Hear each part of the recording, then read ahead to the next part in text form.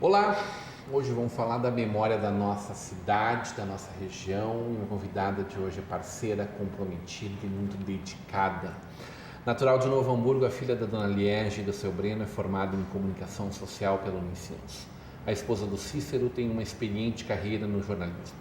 Já cobriu 34 feiras do setor Couriro Calçadistas, só em São Paulo, pelo jornal exclusivo Lançamentos e jornal NH. Além disso, a mãe do Guilherme e da Mariana foi editora dos cadernos Copinha e Turismo.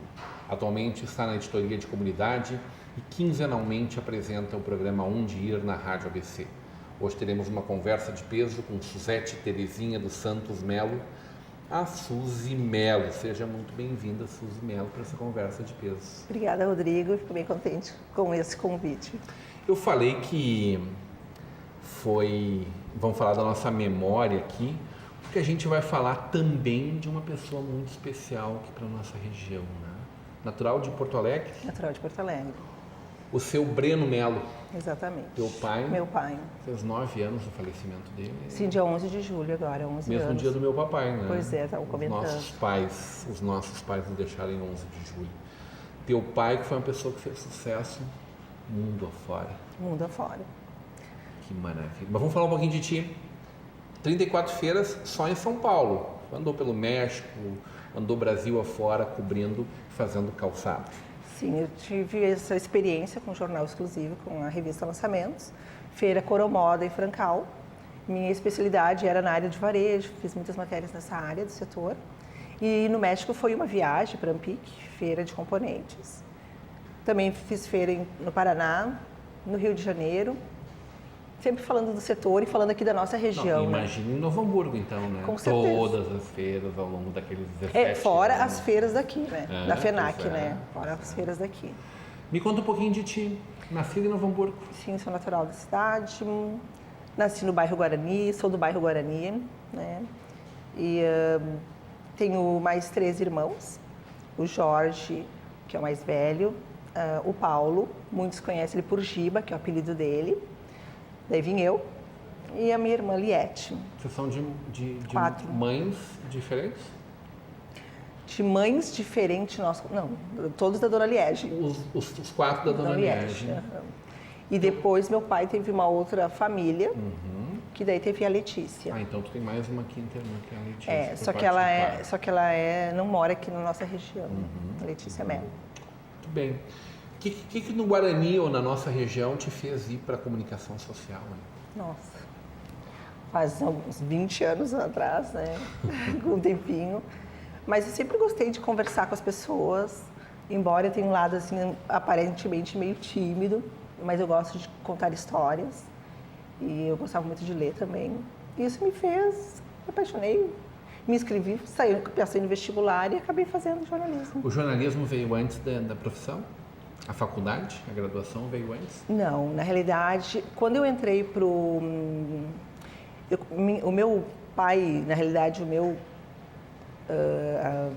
como a gente fala, uma pessoa que me incentivou bastante foi Vinícius Bosley. Porque eu trabalhei, antes de entrar no jornal, eu trabalhei no cartório, cartório de registro civil. E o seu Vinícius, que era um jornalista também, né? Eu já estava na faculdade. Então, naquele período, eu tive bastante contato com ele. E daí eu entrei no grupo antes de me formar. Então, eu já estava trabalhando quando eu estava também estudando, né? Quando eu estava estudando. Então, foi uma coisa meio que caminhou junto, assim, a minha formatura e na realidade, a minha profissão, né? E dentro do NH passou por várias editorias, né? Daí depois eu fiquei 17 anos no exclusivo, na Lançamentos.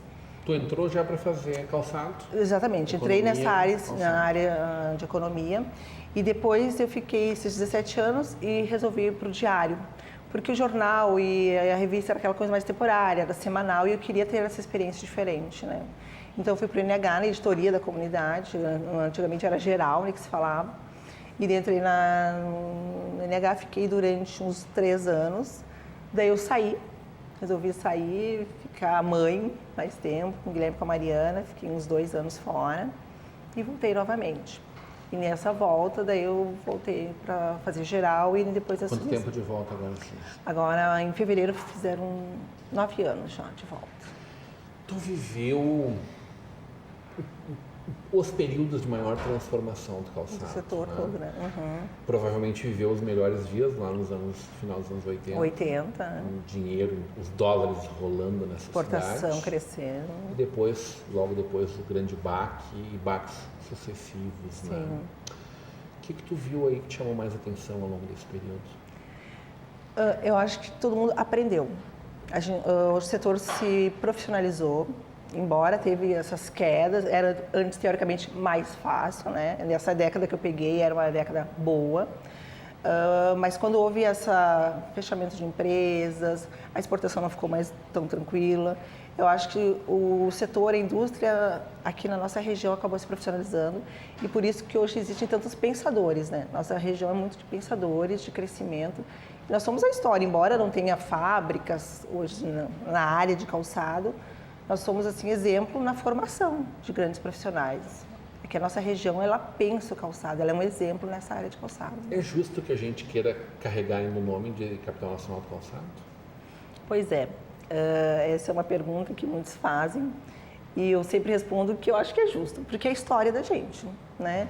A gente tem ali a Rua do Calçado e eu acho que em uma cidade que tu vai, mesmo aqui na nossa região de interior, tu não encontra às vezes uma rua com tanta loja de calçado. Não tem mais fábrica, mas tem a história que foi calçado aqui. Então, acho que deve se permanecer com esse nome. Tem essa inteligência, entendeu? Tem o cluster calçadista aqui, né? Componente, tem as universidades que trabalham muito com essas pessoas que pensam essa questão. Então, acho que tem que se manter isso. E a maior festa de calçado, feira de calçados, direto ao varejista do Brasil, né? Que é a nossa Feira da Loucura para os Sapatos. Né? Passado isso, tu também experimentou assessoria de imprensa. Sim. Dá para ser mais feliz como jornalista sendo assessor de imprensa? Ou não cumpre tanto a função assim? São funções bem diferentes, né? E no tempo que a gente vai trabalhando dentro de uma redação, tu vê hoje como é importante o papel do assessor de imprensa. Não dá para se dizer hoje assim, não quero assessor de imprensa. Tem que ter assessor de imprensa, uma empresa tem que estar bem assessorada, um órgão, uma entidade, porque é o elo de ligação entre aquele assessorado, porque nem é todo assessorado que pode estar sempre te dando entrevista, te atendendo jornalista. Então, acho que são situações, é necessário assessoria de imprensa. Mas eu acho que é necessário assessoria de imprensa inteligente, parceira, educada, que é isso que nós que estamos lá do outro lado, numa redação, estamos precisando, né? Eu acho que os dois são necessários. Estamos evoluindo dentro desse conceito? Sim. De assessoria? Sim, estamos evoluindo bastante. Por isso que eu digo assim, eu acho que onde se vê, não quero usar o material que veio de assessoria de imprensa, né? O jornalista, assim, de redação fala muito nisso. Mas eu acho que não, hoje não. Hoje é importante que tu tenha um assessor que tu precise. Posso ligar por teu assessorado? Estou precisando dessa informação. O assessor de imprensa tem que estar 24 horas o telefone ligado, pode dar essa informação no horário que tu puder, final de semana, né? A gente trabalha no mundo. Resolve as questões de crise, né? Então, acho que é importante, assim. Tu imagina que vai se dar como a evolução do nosso jornalismo a partir desse prisma que a gente tem hoje, de uma coisa tão louca quanto são as mídias sociais ocupando espaços e as dificuldades dos veículos. E aí estamos falando mundo afora, não estamos falando de Novo Hamburgo, da nossa região aí. Como é que vai ser esse desenrolar daqui para frente? Hoje está muito bem empregado como jornalista num veículo da nossa cidade, um dos veículos mais importantes do nosso Brasil. O que vem pela frente? Acho que já está vivendo pela frente, né? Hoje um jornalista não é aquele só que senta e faz uma matéria, escreve e vai embora, né? Hoje o jornalismo é aquele que tu senta, que tu fotografa, que se for necessário, tu tem que editar material, tu tem que postar no site, tu tem que estar ligado no que o Facebook está falando, no que o Twitter está falando, porque existe essa concorrência, no caso, o jornalista que escreve tudo, e existe também outras áreas das mídias sociais, que são os blogueiros, que também às vezes passam informações. Então a gente tem que estar muito ligado, não dá para só ser um jornalista de frente de computador só para escrever e não querer fazer mais nada. Ele é cross-mídia, ele é também um empreendedor? O jornalista? Ele pode ser empreendedor quando entra. A faculdade não ensina isso? Não ensina. Por isso que eu falei, quando entra essa questão de, vamos supor, quando está numa redação, se tu precisa postar uma notícia, tu precisa, esse mercado dos blogueiros ou desse jornalista independente, né, eles estão crescendo também, né? Se é o futuro e se não é, eu acho que o mercado vai poder dizer. Só que eu acho que o leitor, quem deglute essas informações, tem que estar bem ligado no que é uma informação correta, com bastante procedimento, com procedência certa, com dado certo, né? Eu acho que isso, hoje a maior necessidade é que o leitor saiba discernir o que é realmente uma notícia verídica, do que é só um post rapidinho lá para ganhar leitura, né? Tu hoje está no jornal, tu acaba produzindo conteúdo também para o site e participa da rádio. Sim. Veículos multiplataformas, né? Sim. Não necessariamente com as mesmas informações, as três. O Aonde Ir, ele trabalha um outro tipo de conceito, né? O Aonde Ir é um programa que, na realidade, eu e a minha colega Débora, nós apresentamos, a gente produz, onde a gente diz o que vai acontecer no final de semana, no sábado e domingo. Então, é um programa de meia hora, onde a gente passa todas as informações de o que vai ter em Nova Petrópolis, o que vai ter em Gramado, o que vai ter em Novo Hamburgo, o que vai ter em Dois Irmãos, Campo Bom, para você se divertir. É um programa de lazer. Para o pessoal, na sexta-feira, já programar o que vai fazer no próximo final de semana. É por isso que é Aonde Ir. E ele foca pela ABC? Pela Rádio ABC. E como é que está a audiência dele nas outras plataformas da rádio? Baixando depois o programa e também olhando pelo Facebook, por exemplo? Olha, é um programa novo, começou neste ano, em janeiro, né? Mas o pessoal está acostumando com o programa na rádio, né? Ele também tem na versão impressa, então as notícias que vão sair no sábado, a gente meio que antecipa na sexta-feira, já dizendo o que o pessoal está... Gostaríamos de bastante participação, inclusive, Muito bem, tá aí, tá feito o convite para as pessoas. Que história é essa de coleção de galinhas, Suzy? Pois é.